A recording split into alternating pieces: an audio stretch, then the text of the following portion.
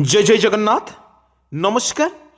सकाळ खबर जेनभिजन आपण मानक जनाऊँ नूतन वर्षर अनेक अनेक शुभेच्छा सह शुभकामना आसतु पाणीपाग खबर पर नजर पकईनवा प्रथमे देखिनवा वर्तमान भारतीय पाणीपाग विभाग तरफ पूर्वान करिछि पाखापाखि आहुरी शीतर परिमाण कमिब जदिओ शीत पाखापाखि 5 ରୁ 6 दिन कमितिला ताहारे पुणी शीतर प्रकोप पुणी थरिब सारा ओडिशा ए शीत प्रकोप को नहीं भारतीय पाणीपाग विभाग पूर्वान करिछि आहुरी पाखापाखि 2 सप्ताह धरी शीतर प्रकोप जारी रहिबो किंतु आज जनवरी मास शेष बेलू एवं फेब्रुआरी 1 तारिख बेलू आरंभ हेब शीतर पुणी प्रकोप पाखापाखि 15 तारिख पर्यंत शीतर प्रकोप रहिबो बोली भारतीय पाणीपाग बा आंचलिक पाणीपाग विभाग तरफ पूर्वान कर दर्शक बंधु आमे किछि दृश्य आमे आपण मानक पाखरे रखुचु जोटी रास्ता घाट गहलीपूर्ण जगह मानकरे अत्यधिक शीत प्रकोप रे वर्तमान लोक माने जीवा आसिबा करिबा पाई टिके मध्य भय सृष्टि करूछंती कारण एते प्रबल शीत वर्तमान जीवा आसिबा करिबा एवं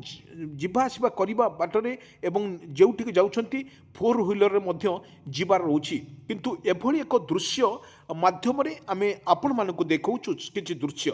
किंतु एभली भाबरे जो भली पवन रो तेज मध्य रहिछि दर्शक बंधु ओडिशा रे मध्य किछि पवन तेज मध्य रही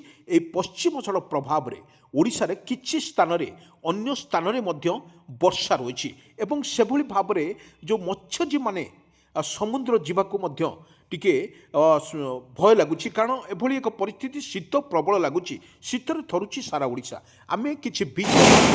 किछि सकाळ किछि दृश्य देखौछु दर्शक बंधु वर्तमान ओडिशा रे गोटे गोटे स्थान रे हल्का रु मध्यम धरणर पवन मध्य बहुछि किंतु अन्य राज्य मानकरे प्रबल मध्य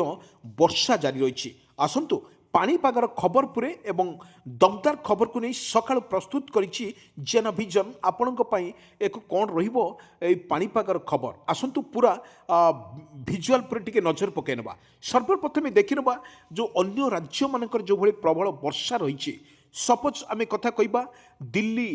मद्रास एवं चेन्नई गुजरात महाराष्ट्र तमिलनाडु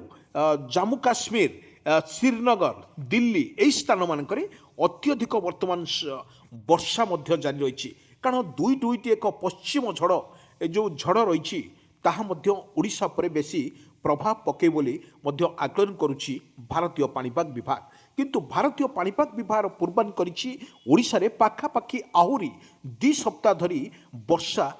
2 सप्ताह धरी माने पाखापाखि भारतीय पाणीपाग कहवा अनुजाई वर्तमान ओडिशार परिमाण वर्षार परिमाण कमिथिले माने कमिजिवो एवं ओडिशा रे एते प्रभाव पड़िबो नाही वर्षार तेज किंतु भारत रे वर्तमान जो भली दिल्ली कथा जदि कहवा दिल्ली रे वर्तमान पश्चिम झड़ एवं अदिनिया वर्षा प्रबल मात्रा रहिबो आकलन मध्य करुछि भारतीय पाणीपाग विभाग किछि दृश्य माध्यम रे आमे सकाळ किछि दृश्य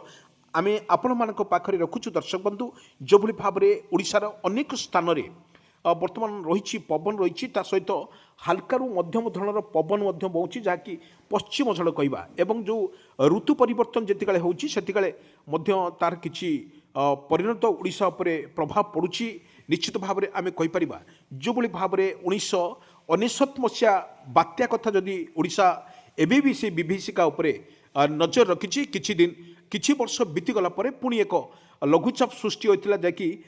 2025 रे दाना किछि क्षयक्षति करथिला ओडिशार प्रत्येक जगार आमे किछि दृश्य माध्यम आपन को देखौछु सबुटी फुलफुल होइतिला बन्यार पानी ए बन्या को मुकाबिला करथिले सारा ओडिशार लोक माने मध्य मुकाबिला करथिले किंतु मुकाबिला जतिकाले करूथिले पुणी जो गुली रहितिला माने पवनर बेग मध्य अधिक रहितिला पवन बेग सहित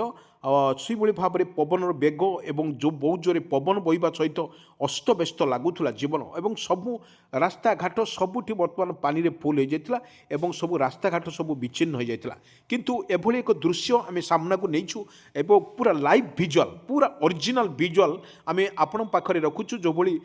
थिला दानार प्रभाव थिला ओडिशा उपरे किंतु वर्तमान शीतर प्रकोप ओडिशा पर रही किंतु आगु को सरकार तरफ प्रस्तुत आरंभ होती कारण ଆଉ ମାତ୍ର ମାର୍ଚ୍ଚ ଏଇ ଫେବୃଆରୀ ଏବଂ ମାର୍ଚ୍ଚ ଭିତରେ ଓଡ଼ିଶାରେ କାଳବୈଶାଖୀର ଭୟ ମଧ୍ୟ ଅଧିକ ରହିଥାଏ। ସେଥିପାଇଁ କିଛି ନଥିବ, 4ଟା ବେଳେ ବର୍ଷା ଗୋଟି ଆସିବ ଏବଂ ପ୍ରବଳ ବର୍ଷା ହେବ ସହିତ ଗଛ ଗୁଡ଼ିକ ସବୁ ଭାଙ୍ଗିଦେବ। ଏଭଳି ଏକ ଦୃଶ୍ୟ ଆମେ ଆପଣଙ୍କ ପାଖରେ ରଖିବୁ ଏବଂ ସେଭଳି ଭାବରେ ଦେଖନ୍ତୁ କିପରି ବନ୍ୟା ବିତ୍ପାତ କରୁଥିଲା ସାରା ଓଡ଼ିଶାରେ। ଦେଖନ୍ତୁ କିପରି ଭାବରେ ବନ୍ୟା ଜଳ ପ୍ରଭାବିତ ହେଉଥିଲା। କିନ୍ତୁ ଏହି ପରିପ୍ରେକ୍ଷୀରେ ଯଦି ଦିଲ୍ଲୀରେ ଯେଉଁଭଳି ରହିଛି ଲଗାତାର ଭାବରେ ବର୍ଷା ଜାରି ରହିଛି, ତୁହାକୁ ତୁହା ବର୍ଷା ସହିତ ବିଜୁଳି ଘଡ଼ଘଡ଼ି ସହିତ ବର୍ଷା ମଧ୍ୟ ଜାରି ରହିଛି ଏବଂ ପ୍ରବଳ ମାତ୍ରାରେ 9ଟି ରାଜ୍ୟକୁ ପ୍ରବଳ ବର୍ଷା ମଧ୍ୟ ଜାରି ରହିବ ବୋଲି ଆକଳନ କରୁଛି ଭାରତୀୟ ପାଣିପାଗ ବିଭାଗ। କିନ୍ତୁ ଭାରତୀୟ ପାଣିପାଗ ବିଭାଗ କହିବା ଅନୁଯାୟୀ ବର୍ତ୍ତମାନ 9ଟି ରାଜ୍ୟକୁ ଯେଉଁଭଳି ଭାବରେ ବର୍ଷା ଜାରି ରହୁଛି ତା ନିଶ୍ଚିତ ଭାବରେ କହିପାରିବା ଏଠି କେଉଁଠି ନା କେଉଁଠି ବର୍ତ୍ତମାନ ଓଡ଼ିଶାରେ ଏହାର ପ୍ରଭାବ ପଡ଼ିପାରିବ କି। ବର୍ତ୍ତମାନ ଯାହା ଆକଳନ ମଧ୍ୟ କରୁଛି ଭାରତୀୟ ପାଣିପାଗ ବିଭାଗ, କିନ୍ତୁ ଓଡ଼ିଶା ଉପରେ ଏହାର ପ୍ରଭାବ ନିଶ୍ଚିତ ଭାବରେ ପଡ଼ିବ ନାହିଁ ବୋଲି ମଧ୍ୟ ଆକଳନ କରିଛି ଆଞ୍ଚଳିକ ପାଣିପାଗ ବିଭାଗ। କିନ୍ତୁ ତାର ଶୀତର ପ୍ରକୋପ ପାଖାପାଖି ଆହୁରି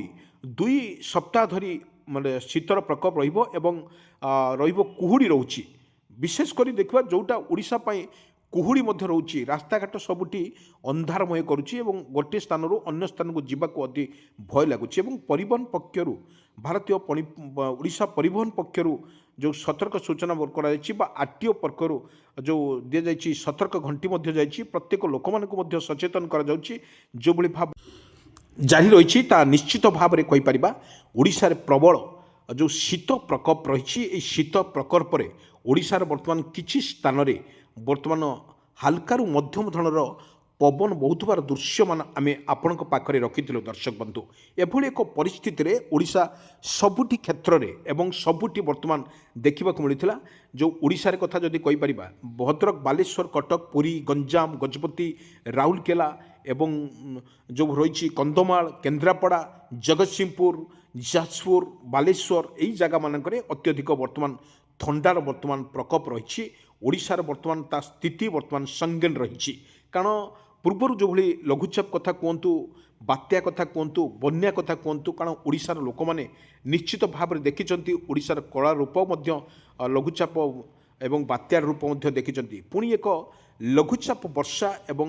ଆକଳନ ମଧ୍ୟ କରୁଛି, କାରଣ ଆଗକୁ ଗ୍ରୀଷ୍ମ ପ୍ରଭାବ ଜାରି ରହିବ ଓଡ଼ିଶାରେ, ତାହା ମଧ୍ୟ ଖରା ରହିବ। କିନ୍ତୁ ବର୍ତ୍ତମାନ ଯାହା ସୁନ୍ଦର ରହିଛି ଶୀତର ପ୍ରକୋପ ହାଲକା କମିଛି, କିନ୍ତୁ କମିଲା ଯେତେବେଳେ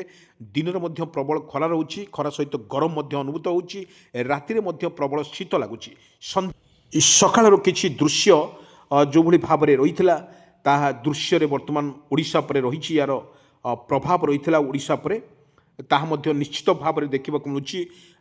ପବନର ମଧ୍ୟ ଜୋରରେ ପବନ ମଧ୍ୟ ରହୁଛି। ଏହି ପବନରେ ମଧ୍ୟ ଯେଉଁ ଛୋଟ ଛୋଟ ପିଲାମାନଙ୍କ ମଧ୍ୟରେ ଯେଉଁଭଳିଆ ଦେଖିବାକୁ ମିଳୁଛି ଥଣ୍ଡା, କାଶ, ଜ୍ୱର ମଧ୍ୟ ଦେଖିବାକୁ ମିଳୁଛି, କାରଣ ଥଣ୍ଡା ପଶ୍ଚିମ ଝଡ଼ ପ୍ରଭାବରେ ଓଡ଼ିଶାରେ ରହିଛି। କିନ୍ତୁ ଅନେକ ରାଜ୍ୟରେ ଯେଉଁଭଳି 9ଟି ରାଜ୍ୟରେ ବର୍ଷା ରହିଛି, ସେଥିମଧ୍ୟରୁ ଦିଲ୍ଲୀ ହେଉଛି ସର୍ବୋଚ୍ଚ ଏବଂ ଜାମ୍ମୁ କାଶ୍ମୀରରେ ପ୍ରବଳ ମଧ୍ୟର ବରଫାଚ୍ଛନ୍ନ ପଡ଼ୁଛି ଏବଂ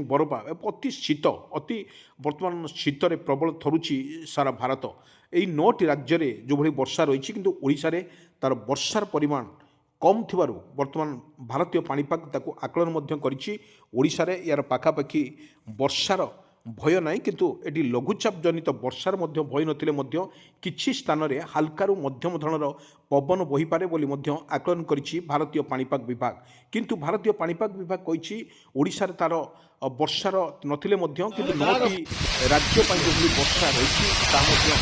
ଭାରତୀୟ ପାଣିପାଗ ବିଭାଗ ତରଫରୁ ପୂର୍ବାନୁମାନ କରିଛି। କିନ୍ତୁ ଓଡ଼ିଶାରେ ପ୍ରବଳ ଶୀତ ରହିବ ଏବଂ କାକର ଏବଂ କୁହୁଡ଼ି ମଧ୍ୟ ଗୋଟିଏ ସପ୍ତାହ ରହିବ ଏବଂ ପରିବହନ ପକ୍ଷରୁ ମଧ୍ୟ ସଚେତନ କରାଯାଇଛି। ସଚେତନ ରହିବା ସହିତ ଅନ୍ୟକୁ ସଚେତନ ରହିବାକୁ ନିହାତି ଆବଶ୍ୟକ।